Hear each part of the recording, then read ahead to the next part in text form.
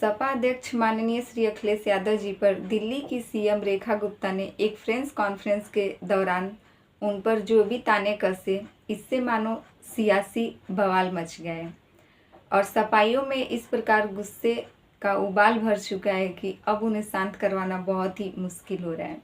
जो भी चिंगारी इतने दिन से बुझ चुकी थी, मानो फिर से उसमें आग की लपटें पकड़ चुकी हैं। इधर अखिलेश यादव जी भी गुस्से से लाल हो गए हैं और उन्होंने भी प्रेस कॉन्फ्रेंस के दौरान रेखा गुप्ता की बातों का करारा जवाब दिया है। उन्होंने इस पूरी घटना को जोड़ दिया है पीडीए से। सीधे उन्होंने कहा कि बीजेपी का यह चाल चरित्र है, जो कि उनका यही काम है, पिछड़ों को और दलितों का अपमान करना। अखिलेश जी यह बोलते हैं कि अगर वह बोले तो घनघोर बरसे। अपने दिल की पुराने जख्म को उन्होंने सबके सामने खोल कर रख दिया। लेकिन ऐसा क्या बोल गई दिल्ली की सीएम रेखा उस प्रेस कॉन्फ्रेंस में अखिलेश यादव जी पर कि इस प्रकार से सियासी बवाल मच चुका है। अब यह आग जो है इतनी जल्दी शांत होने वाली नहीं है। शायद इस आग की लपटें बहुत दूर तक जाए। दिल्ली की सीएम रेखा गुप्ता ने एक प्रेस कॉन्फ्रेंस में कई सारे नेताओं को अपने शब्दों की आड़ में ले लिया। वहीं जहां बारी आती है राष्ट्रीय अध्यक्ष श्री अखिलेश यादव जी की, इनको उन्होंने सीधे सीधे टोटी चोर का नाम दे दिया। इसी के बाद से सपाइयों में बहुत ही ज़्यादा गुस्से का माहौल देखा गया है। अखिलेश यादव जी भी एक अखबार जो कि दैनिक जागरण से लेकर एक अधिकारी तक को भी नहीं छोड़ा। उन्होंने अपने गुस्से की आग को इस प्रकार सबके ऊपर बरसाया है कि मानो एक अधिकारी और एक पत्रकार, दैनिक जागरण पत्रकार के लिए बहुत ही भारी पड़ गया। उन्होंने दैनिक जागरण को खरीदना पढ़ना सब बंद करने के लिए अपने सभी साथियों से निवेदन किया है और कहा है कि इस दैनिक जागरण के कारोबार से आप जितना ज़्यादा हो सकता है दूरियां बना लें। उन्होंने यह भी कहा कि एक दैनिक जागरण का एक पत्रकार जो कि मुरादाबाद से है या फिर अमरोहा से, और एक आईएएस अधिकारी अवनीश अवस्थी, यह मुख्यमंत्री के इशारों पर यह लोग मिलकर उनके खिलाफ एक साजिश रचते हैं। उन्होंने कहा कि पीडीए परिवार के लिए यह कोई नई बात नहीं है। पीडीए परिवार को हमेशा अपमानित होना ही पड़ता है समाज में। वह कहते हैं कि पीडीए परिवार का ऐसा कोई भी सदस्य नहीं है जो कि यह कह सकता है कि अभी तक वह समाज में अपमानित न हुआ हो। इसीलिए वह कहते हैं कि ये पीडीए परिवार के लिए कोई भी आम बात नहीं है और ना ही यह कोई नई बात है। हमारे साथ आए दिन यह सब ताने कसे जाते हैं।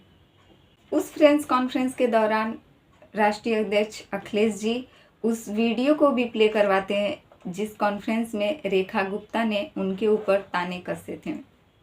सीएम आवास छोड़ने के बाद यह सीएम हाउस को जो गंगा जल से धोया गया था, इस बात को भी अखिलेश जी सबके सामने रखते हैं। एक प्रकार से कह सकते हैं कि उनके पुराने घाव जो भर चुका था, उस जख्म को फिर से कुरेदने की कोशिश की गई है और यह पूरी प्लानिंग बीजेपी द्वारा की गई है।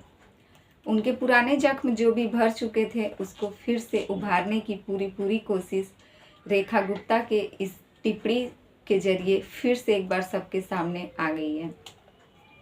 रेखा गुप्ता का एक प्रेस कॉन्फ्रेंस में जो भी कई सारे नेताओं के ऊपर बयान था, वह बयान यह है। केजरीवाल के लिए उन्होंने झूठा शब्द का प्रयोग किया था।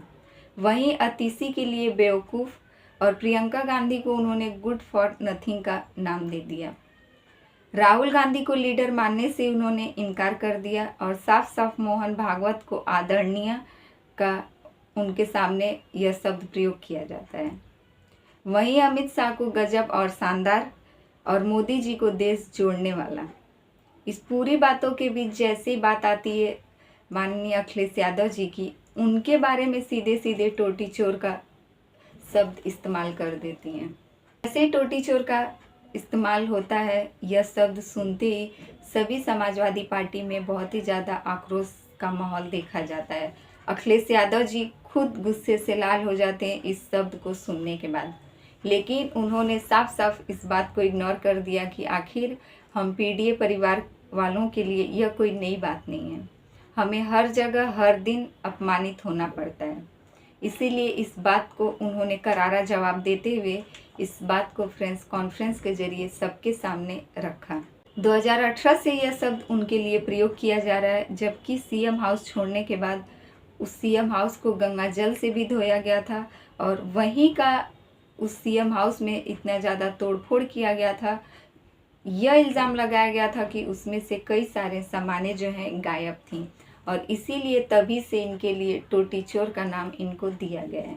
2022 के विधानसभा चुनाव में भी यह टोटी चोर शब्द का इस्तेमाल किया गया था और तभी से यह टोटी चोर का इस्तेमाल जो है बीजेपी द्वारा किया गया था और वहीं योगी सरकार द्वारा भी 2022 के विधानसभा चुनाव के बाद से इस टोटी चोर शब्द का इस्तेमाल हर वक्त किया जाता है।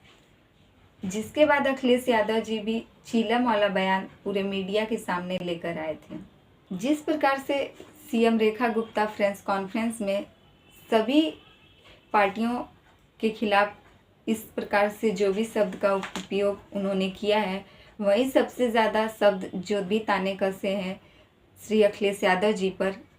इससे आपकी क्या राय है, कमेंट करके ज़रूर बताएं। आपको क्या लगता है कि रेखा गुप्ता का यह बयान जो मीडिया में आया था, क्या उनको इस प्रकार से अखिलेश यादव जी पर ताने कसने चाहिए थे या फिर नहीं?